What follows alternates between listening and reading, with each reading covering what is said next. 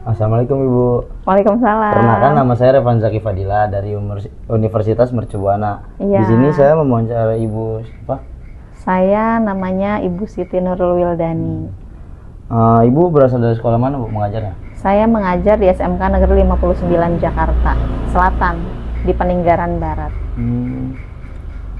Baik, langsung ke pertanyaan pertama Ibu. Boleh. Mengapa bahasa Indonesia dipilih sebagai bahasa persatuan pada peristiwa Sumpah Pemuda 1928? Nah, pada peristiwa tahun 1928, bahasa Indonesia itu dikatakan sebagai bahasa pemersatu bangsa ya. Karena pada saat itu wilayah-wilayah Indonesia itu pada saat itu masih belum merdeka. Sehingga di sana itu banyaknya bahasa-bahasa Melayu yang kita gunakan pada saat itu, pada saat Indonesia belum merdeka. Sehingga bahasa Melayu itu agak sulit dipahami, hingga muncullah bahasa Indonesia yang didasarkan pada tanggal 28 Oktober 1928 itu di Hari Sumpah Pemuda. Dari sana generasi-generasi muda itu ingin melebarkan sayapnya untuk bahasa Indonesia sebagai bahasa pemersatu dan kesatuan bangsa Indonesia, seperti itu. Berarti bahasa Indonesia itu sebelumnya adalah bahasa Melayu yang disempurnakan ya Bu? Iya, betul. Bahasa Melayu yang disempurnakan menjadilah salah satu bahasa Indonesia. Gitu. Menurut Ibu, mengapa sejarah bahasa Indonesia penting dipelajari oleh generasi muda? Oh, itu sangat penting ya, karena kenapa dikatakan penting untuk generasi muda? Kalau kita sebagai warga Indonesia tidak tahu bahasa kita yang digunakan di negara ini bahasa apa, itu nanti akan mempersulit komunikasi ya, sehingga generasi muda itu memang dihususkan untuk sangat penting sekali menggunakan bahasa Indonesia tentunya yang baik dan benar. Banyak sekali sekarang udah ngerti bahasa Indonesia tapi dia tidak menggunakan bahasa Indonesia itu dengan baik dan benar. Seperti ada bahasa-bahasa yang bermunculan pada era saat ini, ya kan? Padahal itu maknanya melampaui batas, misal seperti itu. Sehingga generasi muda ini harus tahu dari kecil sampai dia tutup usia, selagi dia warga negara Indonesia, dia harus wajib mengetahui seala kadarnya sedikit gitu ya, tapi dia harus paham dengan penggunaan bahasa Indonesia. Syukur-syukur bisa sampai mendalami bahasa Indonesia gitu harapannya, seperti itu. Baik Bu. Lalu ke pertanyaan kedua ya Bu. Boleh. Apa makna bahasa Indonesia sebagai bahasa persatuan dalam kehidupan masyarakat Indonesia yang beragam? Nah, bahasa persatuan dalam kehidupan masyarakat yang beragam artinya begini ya Kak, di Indonesia itu kan banyak tuh ya kan bahasa, ada bahasa Jawa ya kan, ada bahasa Sunda sukunya ya, ada bahasa apa lagi tuh selain Jawa, Sunda, banyak suku-suku Batak mungkin ya, itu kan banyak tuh. Sehingga ketika misalnya orang kan nggak mungkin tiba-tiba misalnya saya sebagai orang Sunda terus kamu nanti menjawab sebagai orang Jawa, satu lagi orang Batak, itu akan simpang siur artinya. Artinya komunikasi tidak akan terjalin secara utuh, secara sampai tujuannya, sehingga dimudahkan ya menggunakan bahasa Indonesia itu sebagai pemersatu alat komunikasi semua wilayah yang ada di Indonesia gitu, seperti itu. Makanya digunakan untuk ya pemersatu suku-suku yang ada di Indonesia gitu. Salah satunya adalah bahasa nasional, yaitu bahasa Indonesia. Itu agar tidak terjadi ini berapa salah paham, miskomunikasi iya. Misalnya kayak gini, saya pertanyaan saya misalnya menggunakan bahasa Sunda, tos tuang, terus kamu jawab pakai bahasa Jawa, misalnya endoro apa atau apalah, saya kurang paham ya dengan bahasa Jawa. Nah itu kan akan menjadi miskomunikasi ya kan antara satu dengan yang lainnya, sehingga dimudahkannya menggunakan bahasa Indonesia gitu untuk memudahkan tujuan. Menurut Ibu, apakah bahasa Indonesia masih mampu menjadi pemersatu bangsa di era globalisasi saat ini? Iya, masih sangat mampu menjadi bahasa pemersatu bangsa di era globalisasi, di mana sekarang itu kan banyak sekali ya hal-hal yang katakanlah kita itu di luar kebijakan, di luar prediksi kita gitu ya. Nah, bahasa Indonesia ini memang sangat sangat dibutuhkan ya, masih sangat dibutuhkan di zaman sekarang, apalagi di kaum muda-mudi seperti kakak ya. Jangan sampai bahasa-bahasa yang sudah lama kemudian dilunturkan, udah gitu aja, itu kan akan menjadikan komunikasi kita itu tidak maksimal, ya kan? Kemudian komunikasi kita nantinya akan berantakan. Makanya di era globalisasi ini masih sangat penting bahasa Indonesia digunakan, apalagi di bahasa Indonesia itu kita itu dipelajari ada metafora, ada peribahasa, ada hal-hal yang bahasa itu tidak hanya sebatas kata-kata, dia bisa bentuknya berwujud seperti tingkah laku kita, ya kan, gaya bahasa tubuh kita, itu di bahasa Indonesia dipelajari seperti itu. Makanya di era globalisasi ini masih sangat penting, ya. Itu. Terima kasih, Bu. Lalu di sini ada pertanyaan ketiga ya, Bu. Apa perbedaan antara bahasa Indonesia sebagai bahasa persatuan dan sebagai bahasa negara? Nah, perbedaan bahasa Indonesia sebagai kesatuan dan bahasa negara. Nah, kalau bahasa Indonesia sebagai bahasa kesatuan, yaitu tadi udah saya jelaskan ya, untuk pemersatu alat komunikasi bangsa. Nah, kalau kenegaraan ya? Iya, Bu. Kenegaraan itu biasanya kita itu sebagai warga negara Indonesia ketika rapat, kerja, pasti menggunakan bahasa pengantarnya bahasa Indonesia. Ketika misalnya kita saat sedang upacara menggunakan bahasa Indonesia, ya kan? Kemudian ketika sumpah jabatan, ya kan, menggunakan bahasa Indonesia. Makanya di sana itu ada susunan sintaksisnya, ada ejaan-ejaannya, yang mana misalnya kata ini digunakan untuk bahasa secara langsung dan bahasa yang tidak langsung, kayak gitu. Jadi ada susunannya, atau sederhananya ada SPOK-nya ketika menggunakan bahasa Indonesia, gitu. Seperti itu.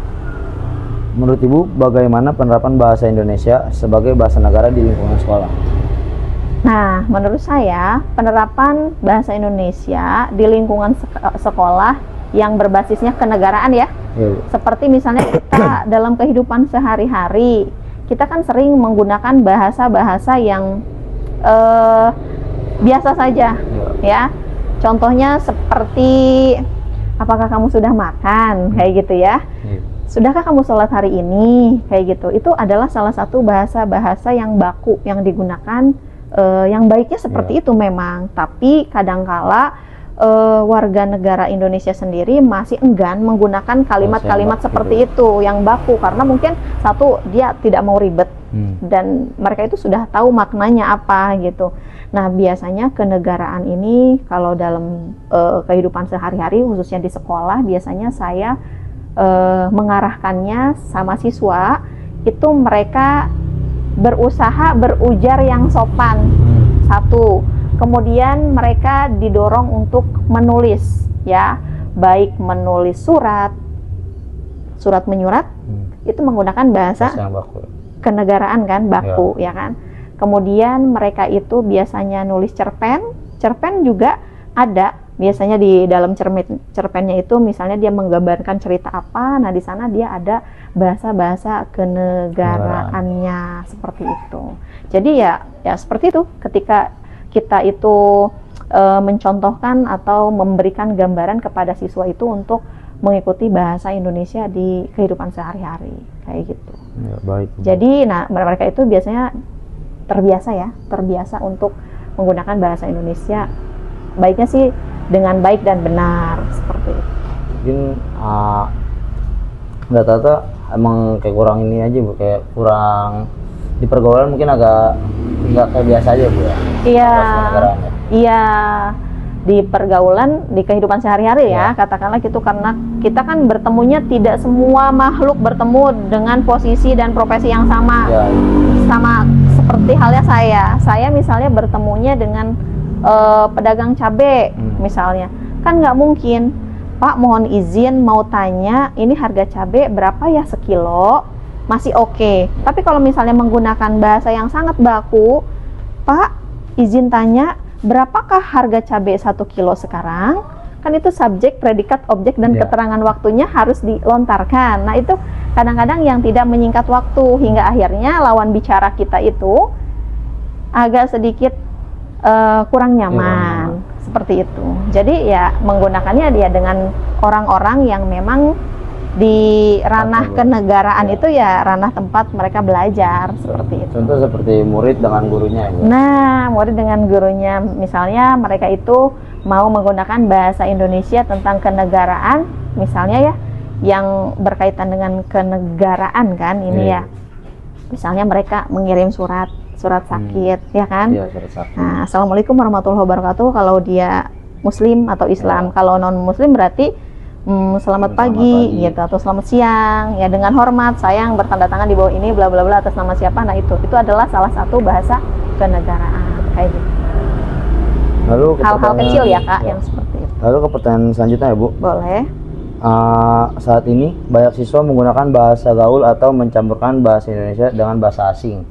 Bagaimana pendapat Ibu mengenai hal tersebut? Kalau menurut saya mencampurkan bahasa Indonesia dengan bahasa asing sih sah-sah saja ya. Yang tidak sahnya itu ketika bahasa Indonesia ditinggalkan begitu saja, ya kan?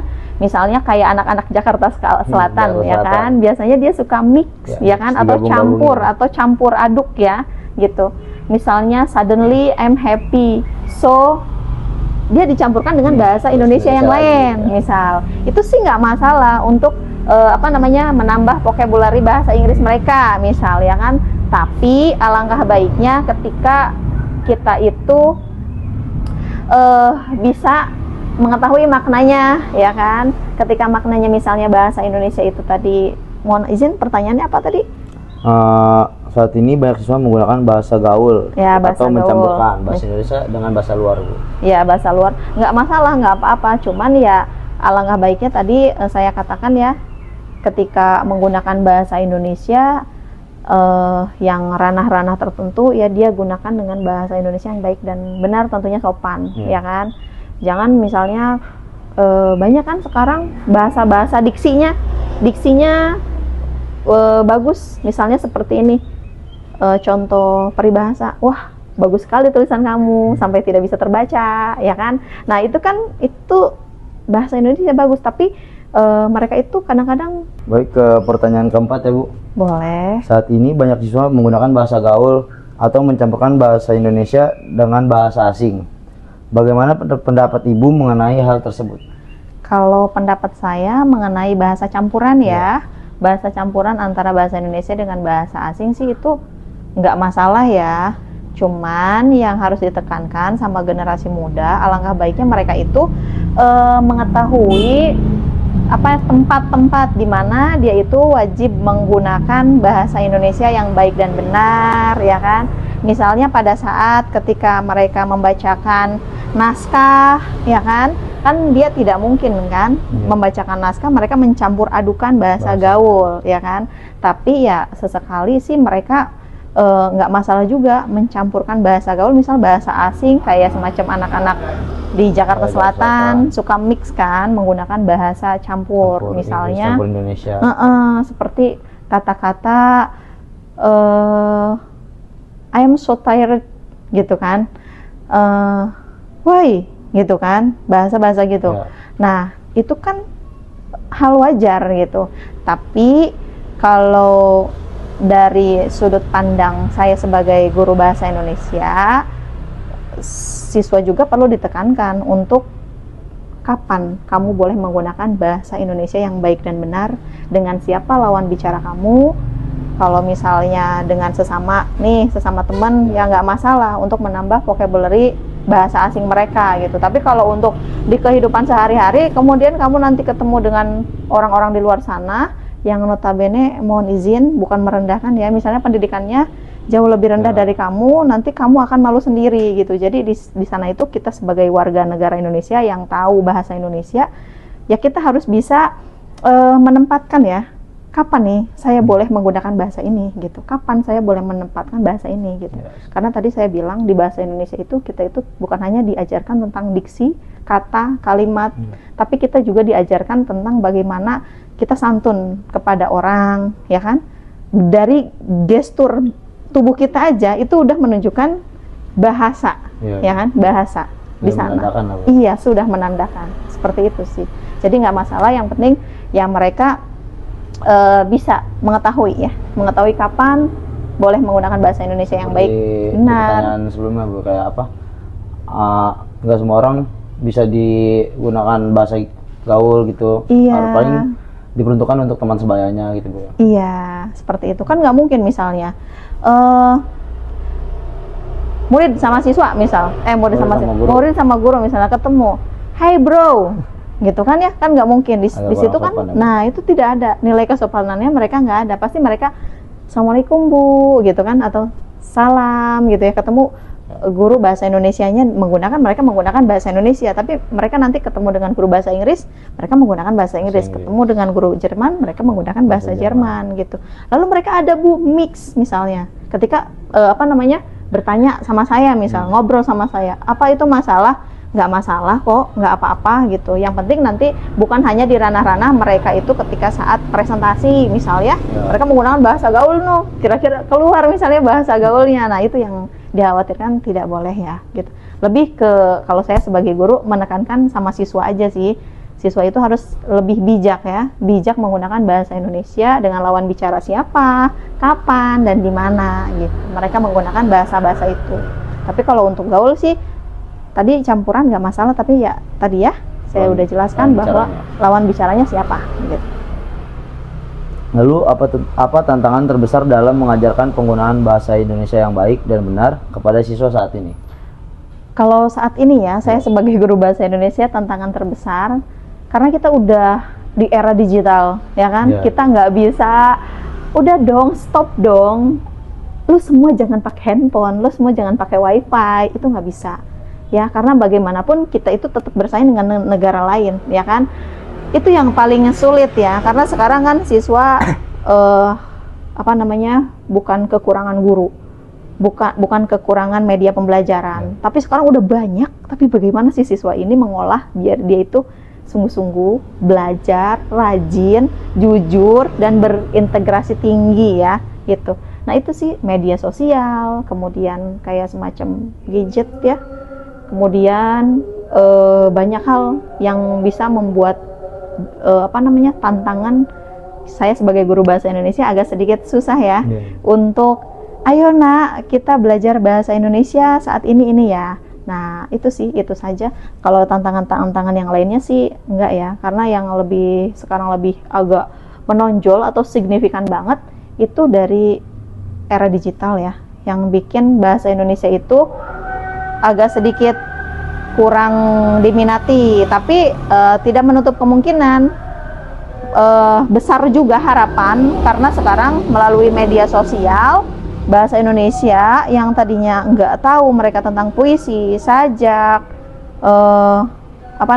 monolog, mereka perform lewat sana, jadi mereka bisa dikembangkan seperti itu.